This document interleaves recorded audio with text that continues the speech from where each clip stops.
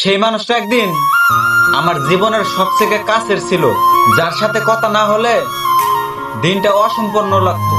আমার হাসি কান্নার স্বপ্ন সবকিছুর সাক্ষী ছিল সে। আমি ভেবেছিলাম সে থাকবে সব সময়, যত বড়ই ঝড় আসুক।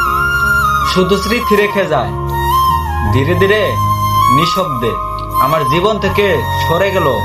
তখনও আমি অপেক্ষা করেছি, ভেবেছি হয়তো সে আবার ফিরবে, কিন্তু তারপরেও আর কখনো ফিরেনি। আজও মাঝে মাঝে মনে হয়, যদি সে বলতো তুই আমার খুবই দরকার, তাহলে হয়তো আমি আবারও বাঁচতাম।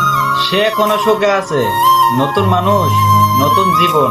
আর আমি আমি সেই পুরনো কথাগুলো নিয়ে এখনো বেঁচে আছি। কিন্তু জানো, আমি তাকে এখনো ঘৃণা করি না, আমি শুধু মিস করি। কারণ সে আমাকে শিখিয়েছে সবাই চিরকাল থাকে না, কিছু মানুষ শুধু মনে থাকার জন্যই আসে।